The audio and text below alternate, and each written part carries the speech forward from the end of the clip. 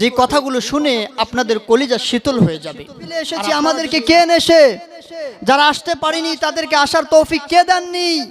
ভাই সবকিছু ইন্নাল্লাহা আলা কুল্লি শাইইন কাদির। আমার আল্লাহ তাবারক ওয়া তাআলার কাছে সকল শক্তি আছেন, আল্লাহ ব্যতীত কেউ কিচ্ছু করতে পারে না।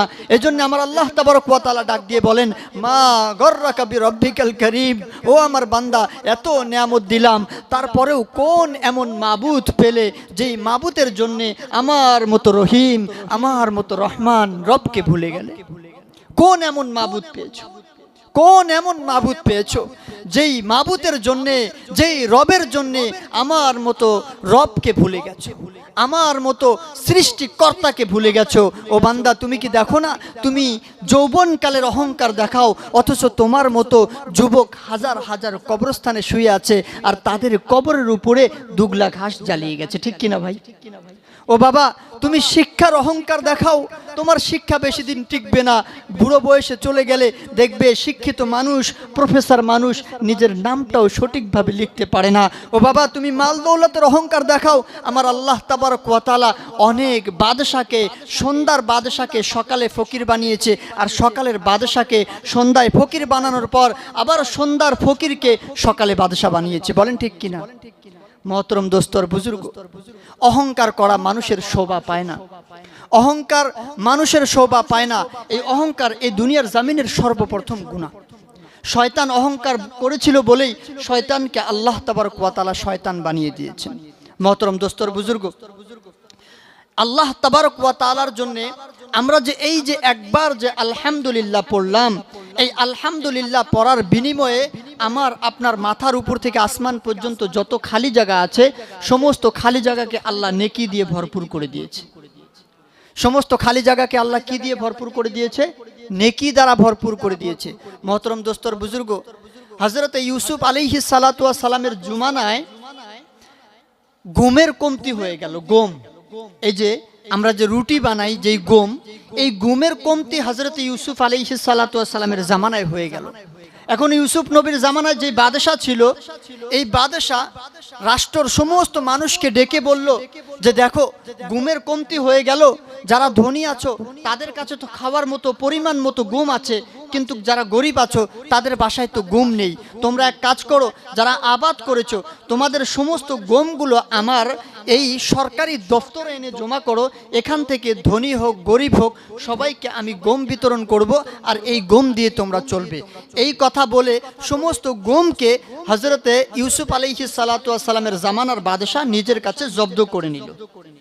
আর এই গমকে বিতরণ করার জিম্মেদারি আল্লাহ তাবারক ওয়া তাআলা মানে হিকমত দ্বারা সেই বাদশার জেহেনে আল্লাহ তাবারক ওয়া তাআলা ইলহাম করে দিল যে এই গম বিতরণ করার জিম্মেদারি আমার নবী ইউসুফকে দাও।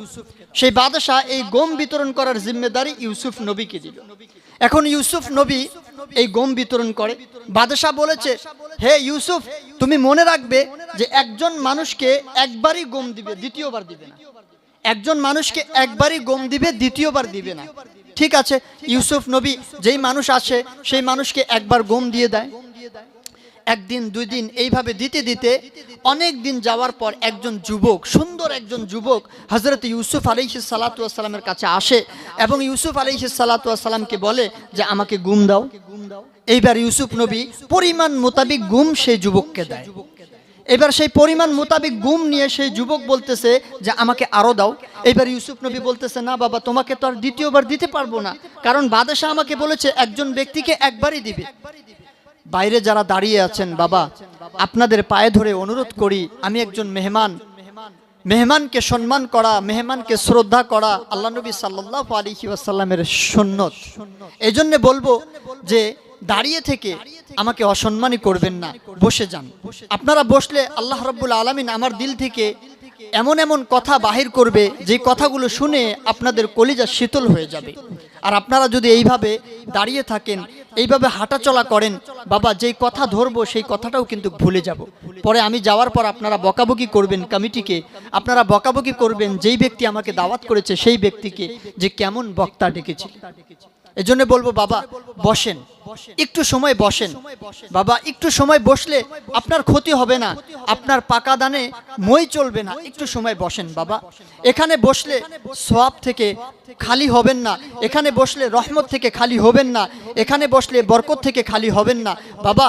একটা কিতাবের ভিতরে পড়েছিলাম, যেই মাহফিলের ভিতরে আল্লাহ এবং আল্লাহ রসুলের জিকির করা হয়, সেই মাহফিলে বান্দা আসে গুনার বোঝা মাথায় নিয়ে, কিন্তু বান্দা সেই মাহফিল থেকে বাসায় যায় মার পেটে থেকে আজ বাচ্চা জন্ম হলে যেরকম নিষ্পাপ হয় সেরকম নিষ্পাপ হয়ে।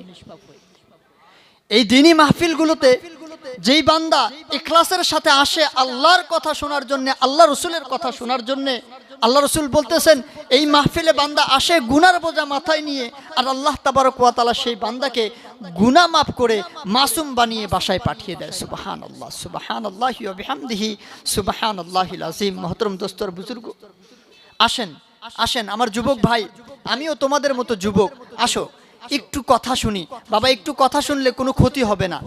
হযরতে ইউসুফ আলাইহিস সালাতু ওয়াস সালাম সেই যুবককে বলতেছে যে আমাকে বাদশাহ সালামত একবারই গম দিতে বলেছে, দ্বিতীয়বার দিতে বলেনি।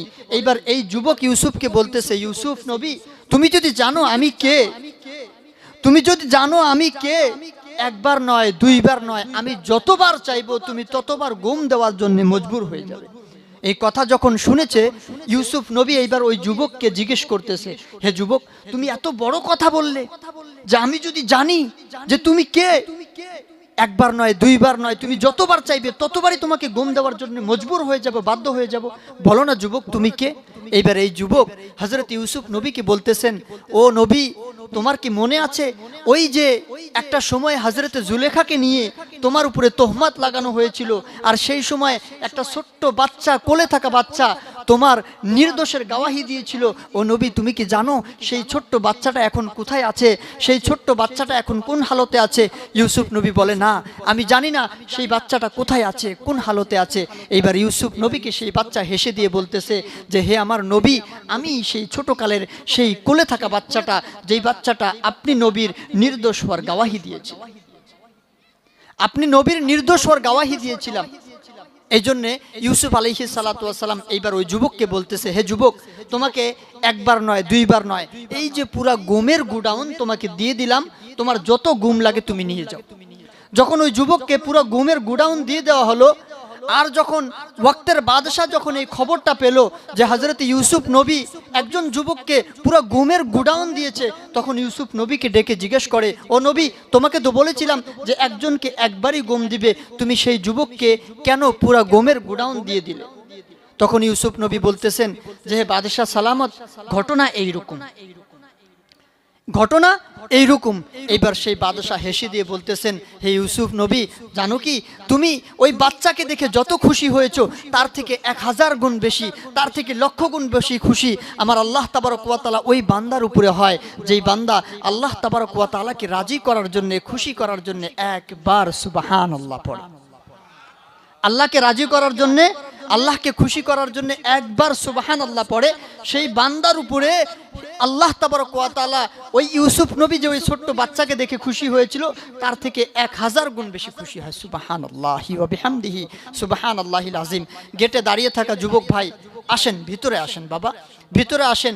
যুবকরা যখন ইসলামের জন্য দাঁড়িয়ে যাবে তখন ইসলামের ইনকিলাব হবে। যুবকরা যখন ইসলামের জন্য দাঁড়িয়ে যাবে তখন ইসলামের ইনকিলাব হবে। বাবা, হযরত উমর রাদিয়াল্লাহু তাআলা আনহু যুবক বয়সে ইসলাম ধর্ম গ্রহণ করেছিলেন। হযরতে আবু বকর সিদ্দিক রাদিয়াল্লাহু তাআলা আনহু যুবক ছিলেন। হযরতে ওসমান গনি রাদিয়াল্লাহু তাআলা আনহু যুবক ছিলেন। যুবকদের তারা আল্লাহ তাবারক ওয়া তাআলা এই দ্বীনের কাম নিয়েছে, দ্বীনের খিদমত করিয়েছেন। বাবা, যুবক যারা আছো, তোমাদের 2 হাত ধরে বলি, তোমাদের 2 পাও ধরে বলি, আমাকে অসম্মান না করে তোমরা এই জালিসুর রহমান নামক প্যান্ডেলের ভিতরে বসে যাও। রহমত নামক এই রহমতে ভরা, এই বরকতে ভরা প্যান্ডেলের ভিতরে বসে যাও। বাবা, তোমাদের এই বসাকে আল্লাহ তাবারক ওয়া তাআলা কবুল করে আগামীতে যদি তোমাদের পরীক্ষা থাকে সেই পরীক্ষার ভিতরে তোমাদেরকে ভালো নাম্বারে পাশ করিয়ে দিবে। যারা যুবক আছো, যাদের বিবাহের বয়স হয়েছে, যারা পাত্রী তালাশ করতেছো, হয়তো এই মাহফিলে বসার জন্য আল্লাহ তাবারক ওয়া তাআলা তোমাকে সুন্দরী, রমণী, গুণবতী মেয়ের দ্বারা তোমার জীবনকে ধন্য করে দিবে। বলেন ঠিক কি না? আল্লাহ তাবারক ওয়া তাআলা চাইলে সব পারে বাবা। আল্লাহ তাবারক ওয়া তাআলা পারে না এমন কোনো কিছু এই দুনিয়াতে নেই। যুবক ভাই বসেন বসেন, আপনাদের জন্যই আমি এখানে এসেছি।